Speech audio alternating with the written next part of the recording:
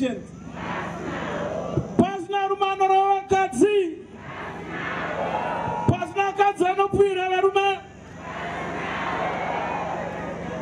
Zvabaranza shi.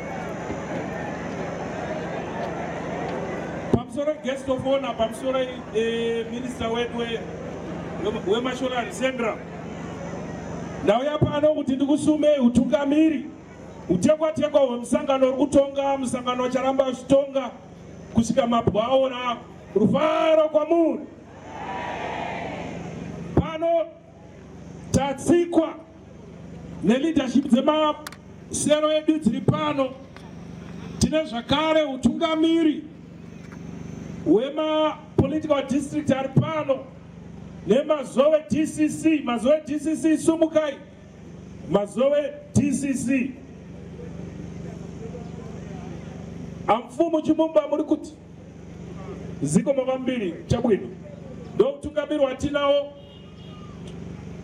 Tine ma DCC epindura auya ari pano. Tembo Chigede muripo ere?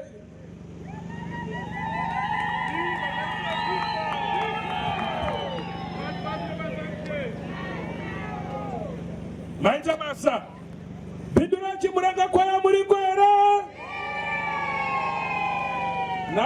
Naspa bari kubvira hanzi kurumidza kutaura tichimhanyira kupiko.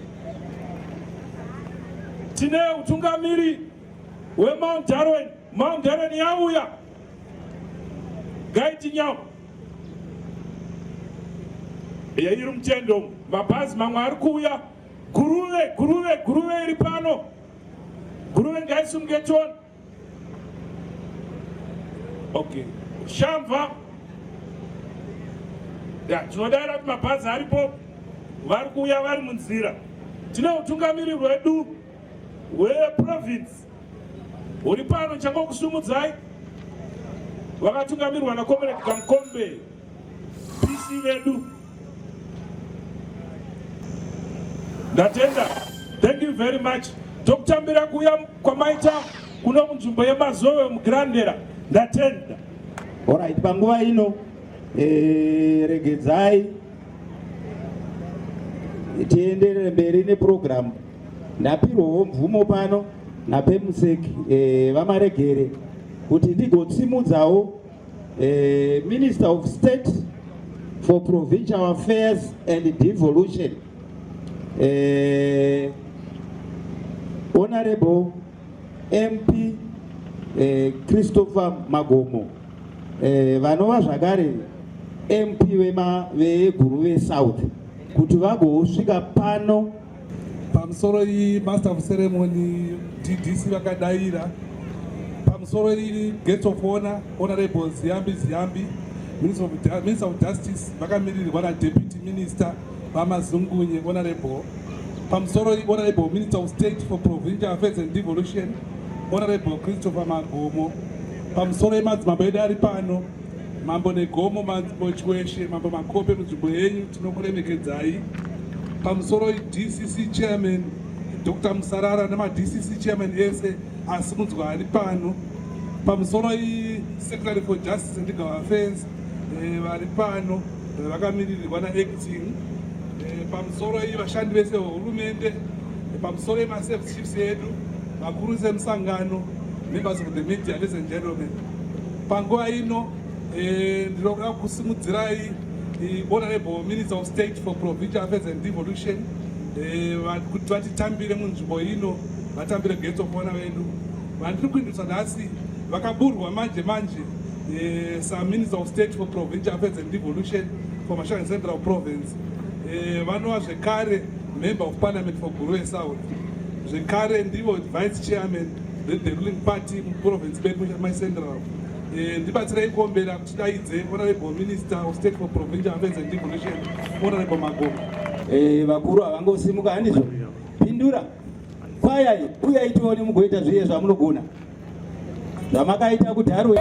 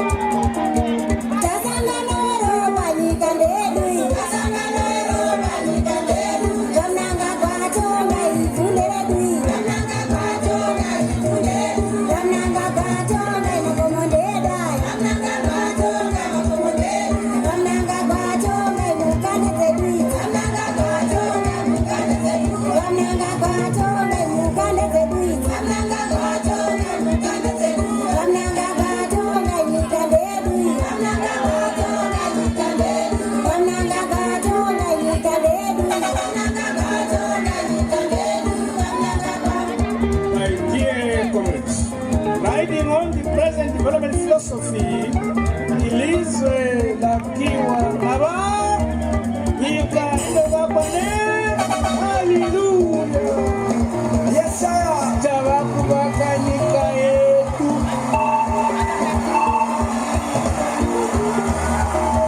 Tonga tonga ibaba munanga nikande batema. Tama heni shumawe ibunde batema. Hane merina buniro ibunde batema. Shuna mera mwipe. Tonga tonga ibaba uba munanga kaisas. Babuniro musuma. Iba munanga kwa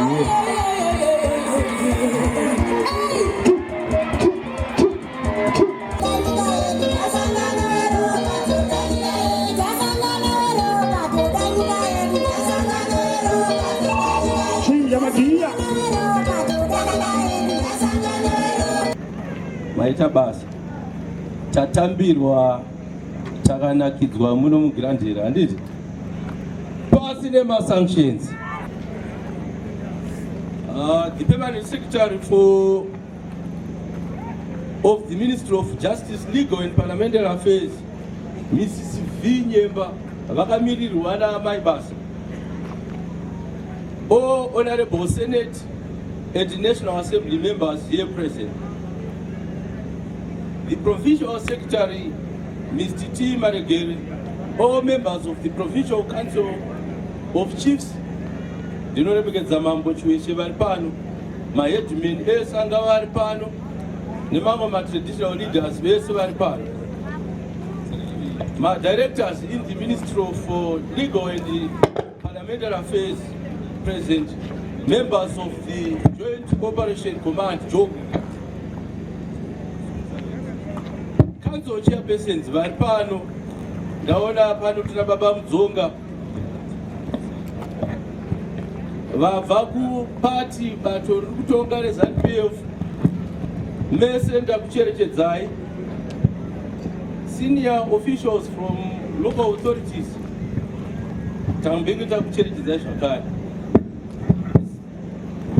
Our development partners present, war veterans, detainees and restrictees, churches, civic societies and other organizations, all civil servants here present, ladies and gentlemen, all protocols observed. Distinguished guests, ladies and gentlemen, allow me to welcome you all to Mashonaland Central Province and to this important event on our government calendar. Let me thank you for having out of your schedule to come participate in this march against the illegal sanctions that have been imposed on our country by our dictator. Some background of this province, especially for those who for the first time. So rich and diverse in minerals and diverse agricultural produce, maize, tobacco, soybeans, citrus, among many other variants. Our province is unique in that it carries various investment opportunities for our nation, from irrigation development, mining production, citrus production, mechanization in agriculture, honey, training in agriculture, development and infrastructure development in education. Mashonaland Central education support for research and development is seen through its educational institutions. We have 4 vocational training centers, 4 universities, and 42 irrigation schemes, which, with all of the above, feeding into training in agricultural production, research and development in agriculture and infrastructure development in education. The province has its wildlife scenic tourism attraction, which include Mavradona Worthiness, Kanyemba Corridors, Mazoe Dam, Dande Safaris, Umfuruz Game Reserve, as well as agrotourism from the irrigation scheme farms. I call today a sad day because of the unilateral illegal sanctions that have been imposed on our beloved country by the United States of America and some of its Western allies. These sanctions have brought untold economic, political, and social suffering of Zimbabwe. Contrary to the presentations made by the Americans and their allies to the world that the illegal sanctions imposed on Zimbabwe are targeted sanctions, it is the ordinary Zimbabwean who is bearing the brunt of these sanctions. The unilateral coercion or coercive measures have forced the Zimbabweans to remain as underdeveloped, robbed the people of Zimbabwe from enjoying the fruits of their independence, and have undermined the sovereignty as an independent nation. The impact of these measures, muted into many forms, not only limits to growth of the economy, but also leads to the deterioration of the social and humanitarian fabric of the nation. Informalization of the economy, trade deficit, irregular immigration, breakdown of service delivery, even youth delinquency due to economic hardships can be traced to the decline in the economy from the onset of the measures. It goes without mentioning that even the ability of the government to fulfill fundamental human rights of its people has become increasingly and unnecessarily difficult when the threats from sanctions encompass all aspects of Zimbabwean economic life.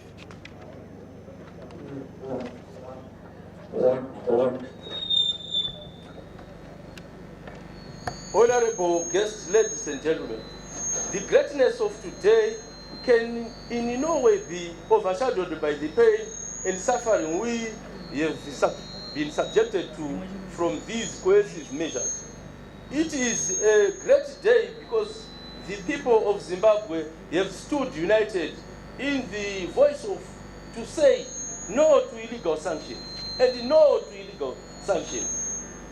Your presence here today stands as a testament that the hardships of the illegal sanctions imposed on our country shall never divide us as a people, and it will not stop our development path towards Vision 2030. I applaud you all for standing with us today against these illegal sanctions and for saying with one voice no to illegal sanctions and no to illegal sanctions. It is a great day because in spite of the negative effects of these sanctions on Zimbabwe's economy and society in general, the Second Republic shall continue to avail safety nets to cushion the most vulnerable society through initiatives that are supported by, although very limited, local and homegrown resources. Allow me to reiterate that the true impact of sanctions falls on the ordinary citizens whose fundamental rights have been greatly affected, and it is the duty of every citizen to ensure that we call for unconditional lifting of these sanctions. As the people of Mashonaland Central and Zimbabwe at large today, we call for unconditional lifting of all the illegal sanctions imposed on our beloved country of Zimbabwe. Let this memorable event stand as a reminder that the Second Republic is committed to the protection and promotion of fundamental human rights of all its citizens, as well as its desire towards enjoyment of the sovereign rights free from illegal sanctions. Once again, I welcome you all to our beautiful Mashonaland Central Province. I thank you.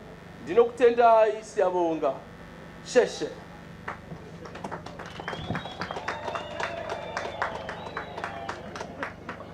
Andina kunzwa chipo chokuomberawo maoko zvakare. Mazwi akakosha, mazwi akaurungwa adizvo. Alright, ZPCS. Uya itora mugoti kwenyera mariba amwina wayo.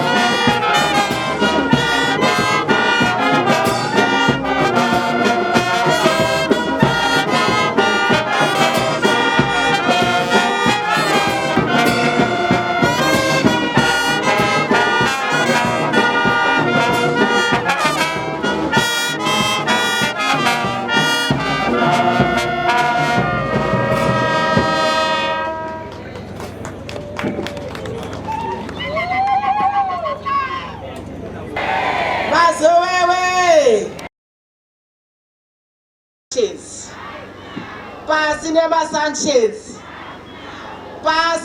Sanctions. Mazvita henyu.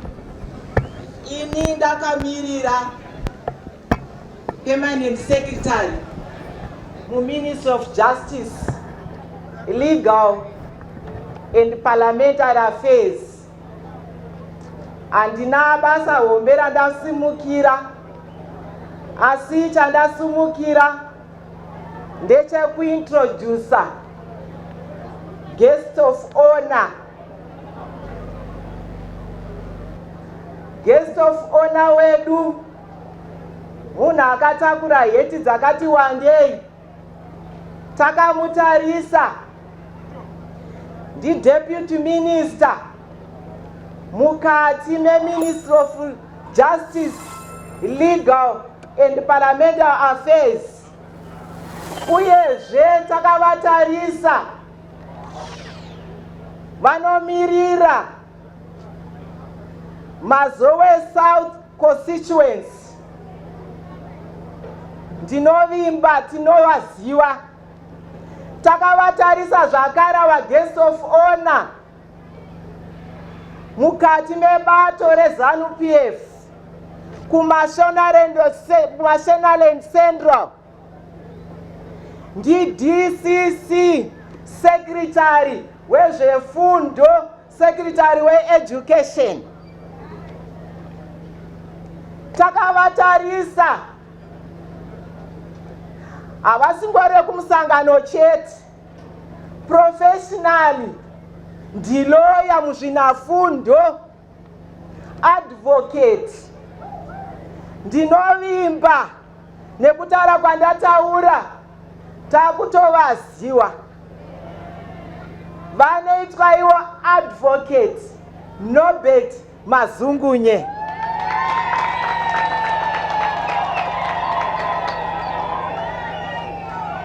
Kuri kwedu kuministry tinovadaidza kuti mukomana wechidiki.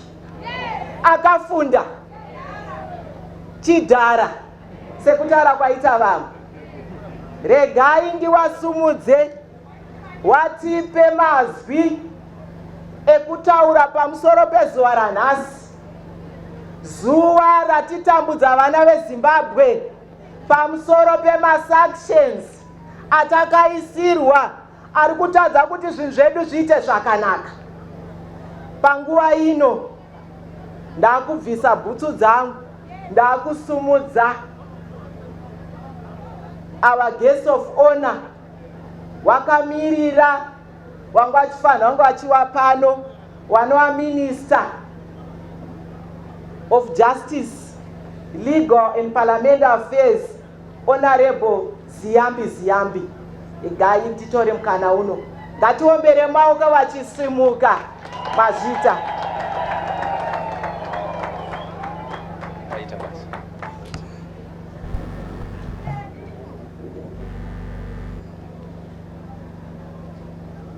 Kaziwai. Tigadzipas.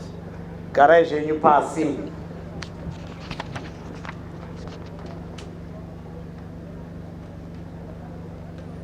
Pasi nemasanctions. Pasi nevanotsigira masanctions. Pasi nevakaunza zvakare masanctions. Tatenda.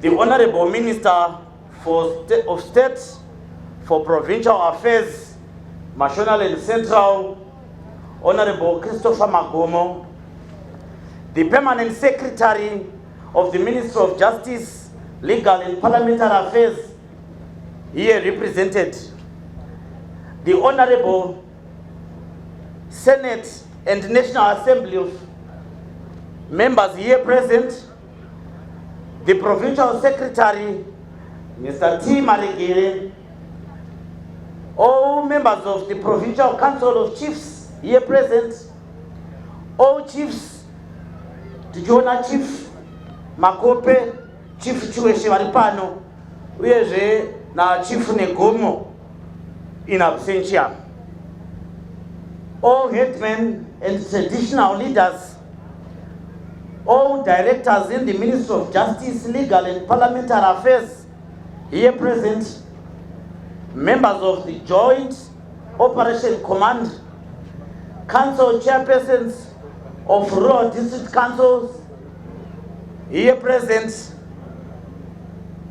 all Council Chairpersons and Councillors here present, senior officials of the City Council, Rural District Councils and local boards here present, all our developmental partners here present, war veterans, detainees and restrictees, churches, civic societies and other organizations, senior civil servants and all civil servants here present, ladies and gentlemen, political leadership of the ruling party of Mashonaland Central here present, ladies and gentlemen, all protocols observed.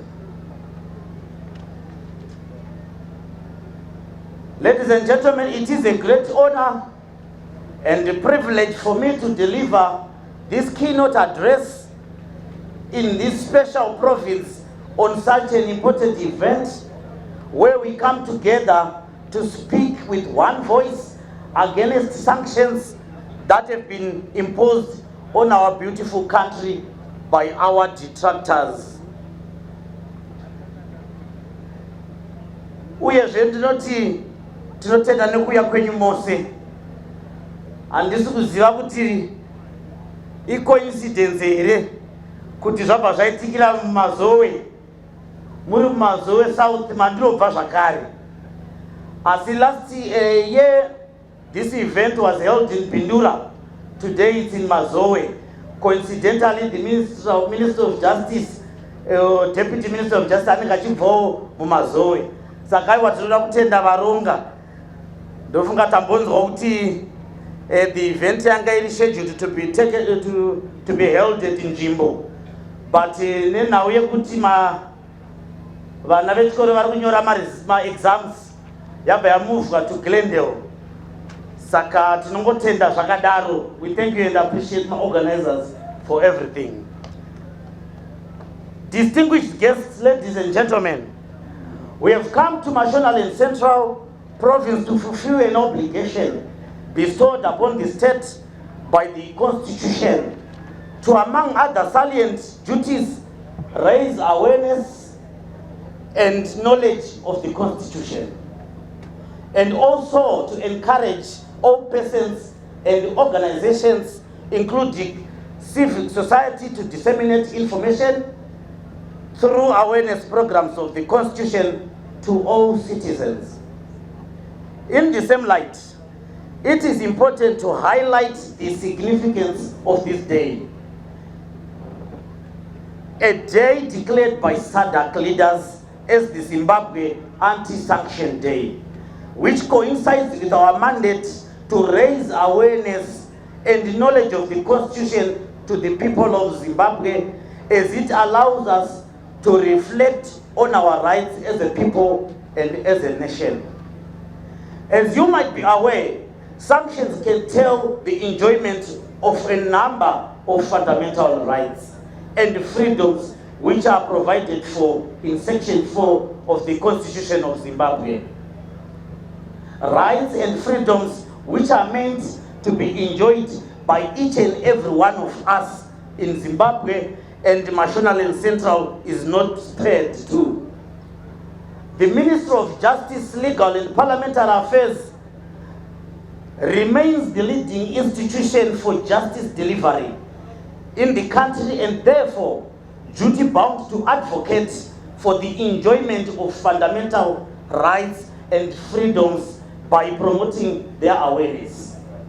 We are obligated to continue enhancing the rights of all citizens by creating an enabling policy and legislative environment that is premised on the fundamentals of our Constitution. As a nation, together with the whole SADC region, we are today commemorating this very important Anti-sanction Day. As a ministry, we have seen that it is pertinent to let our people know how the enjoyment and implementation of their fundamental rights and freedoms have been significantly affected by these unilateral coercive measures. Distinguished guests, ladies and gentlemen, as a ministry, we are mandated to promote awareness of the Constitution through Section 7 of the Constitution, which requires us to translate into all officially recognized languages and disseminating it as widely as possible. Also requiring the Constitution as to teach in schools as part of the curriculum for training the members of security services and the civil service and members of employees of public institutions, and also encouraging all persons and organizations, including civic organizations, to disseminate awareness and knowledge of this Constitution throughout the country. However, on a significant day as this one, the promotion of the Constitution will largely focus on the fundamental rights and freedom that are spelled out in Chapter 4 of the Bill of Rights. Chapter 4 of the Constitution provides for an expanded Bill of Fundamental Rights and Freedom, which ought to be enjoyed by each and every Zimbabwean, sanctions or no sanctions. The state and every person, natural or juristic, at every level, is obligated to respect, protect, promote, and fulfill the rights of the freedoms. These include the right to life, the right to development, the right to work, the right to health, the right to food, the right to housing, the right to water and sanitation, the right to education, the right to clean and safe environment, the right to social protection, the right to identity, amongst many others, incorporating socio-economic and cultural and environmental rights, as well as protecting vulnerable groups. Ladies and gentlemen, you can see that there is quite a lightening of these rights and freedoms, whereby the state is a burden to take reasonable legislative and other measures within its limits to the resources available to it. To achieve the progressive realization of these rights, especially the socio-economic ones, the effects of the unilateral coercive sanctions burdening us as a country has made the attainable extremely difficult. It is clear that Chapter 4 of the Constitution of Zimbabwe is the one of the cornerstone of our democracy, as it embodies socio-economic rights, unlike the Lancaster House Constitution, which only provided for civic and political rights. While interpreting this chapter, certain rights can be limited by law, but there are others that can not also be limited by law, such as the right to life, except in terms of the law, human dignity, and freedom from torture and cruelty, inhuman and degrading treatment or punishment. The chapter on the Bill of Rights is entrenched because it is not easily amendable. It requires 2/3 majority for it to be amended. Distinguished guests, ladies and gentlemen, in order to enhance a deep understanding of the Constitution and in particular the Bill of Rights as highlighted, the government of Zimbabwe has made great inroads towards reproduction of the Constitution in vernacular languages. I'm glad to report that we now have the full translated version of the Constitution, incorporating the recent amendments into all our officially recognized languages to ensure that the Constitution is accessible to all citizens of Zimbabwe. However, we are currently working on having them produced and disseminated countrywide as per our mandate, including the shortened version. Our government partners and civic organizations have also played a crucial role in contributing to the printing of the Constitution in all languages, including making it possible for us to have the Constitution in full and abridged versions of Braille to accommodate persons with visual impairments. Distinguished guests, ladies and gentlemen, Zimbabwe is a nation that relies on foreign trade to sustain the economy. However, the unilateral imposed restrictions and coercive measures targeted most of our key productive sectors, such as mining, agriculture, manufacturing, and tourism, and have ravaged the country that relies on trade industry to sustain the economy and promote growth. Some of the above productive sectors are where the province relies for investment opportunities, and you can certainly agree that the unilateral coercive measures have greatly affected the growth and the development of much Sectoral from reaching and realizing peak in contribution to the nation's economy. Zimbabwe has lost over $42 billion in revenue in bilateral donor support annually since 2001. 12 billion in loans from the IMF, World Bank, and African Development Bank, and 18 billion United States dollars in international commercial loans. Consequently, these restrictive unilateral measures have curtailed the government's ability to provide essential needs for the ordinary person in Zimbabwe, leading to the people failing to access essential needs that include food, water, education, healthcare, amongst others, which every person in Zimbabwe is meant to enjoy as stipulated in the Section 4 of the Constitution, which I have alluded to earlier on.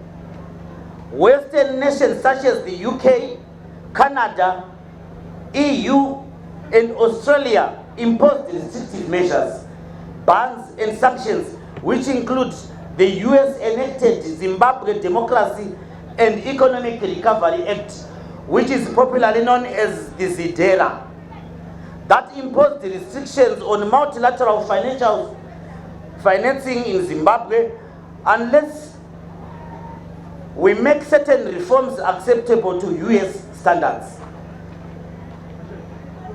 a condition which is unacceptable. ZIDERA mandates the US to vote against extension of loans, credits, and guarantees to the government of Zimbabwe, as well as cancellation or reduction of the debt by the US and the international financial institutions, including the likes of the IMF, World Bank, and the African Development Bank. Secondary sanctions resulted in foreign companies and banks suspending business in Zimbabwe after ZIDERA. And I believe Magao Nama banks akawanda achibuda. It's merely because of this unworkable environment which has been created by the sanctions we are talking of today. The contraction of the economy is also attributed to the declining foreign direct investment inflow, as investors tend to shun Zimbabwe, now perceived as high risk. I'll bet the consequences of ZIDERA supplementing these restrictions are executive sanctions from an executive order of March 2003, which have been renewed on a yearly basis. From this, it is clear that the unilateral coercive measures encompassing, contrary to claims that are ring-fenced and targeted against individuals. It is against this backdrop that the UN Special Rapporteur on the negative impact of unilateral coercive measures on the enjoyment of human rights made a visit to Zimbabwe to assess the impact these restrictions have had on Zimbabwe and our fundamental rights, which were concluded to be negatively impacting the nation's development and growth. The Human Rights Council adopted a resolution on human rights and unilateral coercive measures. The resolutions stressed that unilateral coercive measures against the country to the United Nations Charter, international law, international humanitarian law, and the norms and the principles governing peaceful relations among states. It is highlighted that the measures result in socio-economic problems in the targeted states. The current Special Rapporteur, Ms. Alena Duan, has stressed the unquestionable negative impact on these measures on the enjoyment of all human rights. And therefore, it called on those states to have imposed coercive measures against states, including our nation, to lift them.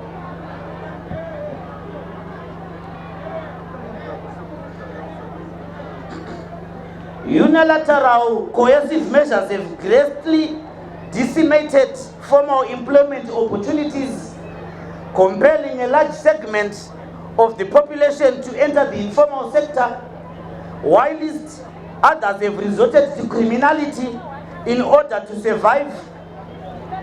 The current government is working tirelessly through institutions such as the Zimbabwe Anti-Corruption Commission to combat corruption in all our systems. The country continues to comply with its responsibility of promoting, protecting, and fulfilling its domestic, regional, and international human rights obligations, despite all the above challenges mentioned. The report by the United Special Rapporteur, Prof. Alena Duan, indicated that due to the unilateral coercive measures imposed on Zimbabwe, the agricultural industry, amongst many others in general, have been affected negatively. Subsequently, substantial declines in revenue in the economy have led to poverty and unintended violation of the right to food to our citizens, right to health, right to life, and economic and cultural rights. Sanctions are a key obstacle to enjoyment of the right to food. The inability by the agricultural sector to borrow funds from performing banks' operation have rendered it incapable to properly retool, buy spare parts, maintain equipment, and invest in modern plants and machinery technologies. Our main agricultural bank, Agribank, was listed under sanctions from 2003 to 2016, rendering it incapable to adequately finance the agricultural sector. Nevertheless, our constitution in section 289 provides for the land tenure system that promotes increased productivity and investment in agricultural land, and the use of such land should promote food security, good health, and nutrition to generate employment. In keeping with the constitutional provisions, it is pleasing to note that despite sanctions, under Second Republic, the land reform program is bearing positive fruits. The Special Maize Production and Import Substitution Program scheme, commonly known as the Command Agriculture, which was first introduced in 2016 to 2017 agricultural season, has largely been successful. As reported by the UN Rapporteur, unilateral sanctions affected our access to health care. Before sanctions, it was estimated that 85% of population had access to health care. Sanctions led to lack of credits and low revenues, limiting the government from adequately spending on health care. The government was unable to secure credits to rehabilitate, maintain, and modernize infrastructure and buy equipment. This resulted in high vacancy rates as our doctors, nurses, midwives, and medical school teachers trekked out of the country in search for greener pastures. As a consequence, we had unacceptable child mortality rates, high maternal mortality rates, low life expectancy. The loss of revenue and cumulative impact of overcompliance measures directly impacted the delivery and of quality education in our country. The cumulative effect of sanctions resulted in the education sector competing for little resources with other sectors. This led to the lack of school material, high vacancy rates in the sector, and also high dropout rates. The designation of government cabinet members and entities controlled by or owned by them, as well as other senior government members and persons considered politically exposed, makes foreign banks and companies unwilling to engage with the private sector as a whole. The lack of competitive public sector salaries has led to high unemployment and the loss of quality personnel. Further afield, unilateral coercive measures against Zimbabwe have largely affected the smooth running of regional groupings such as SADC. The SADC microeconomic convergence targets of low inflation, sustainable budget deficits, minimum public debt, equitable current account balances, as well as the formation of a regional monetary union and the movement towards attaining of the region's regional industrialization agenda are being compromised as a reason of the sanctions. Unilateral sanctions have over-compliance affected and also facilitated the collapse and critical infrastructure. This includes the roads, rails, and airports. We have been faced with difficulties to properly rehabilitate transport, buy spare parts and equipment, which has compromised the safety and reliability of our transport systems. However, in the midst of these challenges, under the Second Republic, our government has embarked on the emergency road rehabilitation program to rehabilitate deteriorated roads. With the bike bridge, Harare motorway now over 90% complete, while rehabilitation of other major highways like Harare Mutare, Harare Mashingo, and Harare Bulawayo Plum Tree are complete and close to 100% complete. This has been made a priority, and efficient transportation infrastructure is necessary for trade, investment, and regional connectivity. Not failing to mention the most recent developments in infrastructure, the recent upgrade of RG Mugabe Airport, Victoria Falls Airport, and Bike Bridge Border Post. In short, more than 50,000 kilometers of roads have been rehabilitated and roughly 2,000 structures attended to so far. In the energy sector, sanctions resulted in obsolete technology, impediments in securing transactions for raw materials, spare parts, and other equipment, and impediments in accessing credit.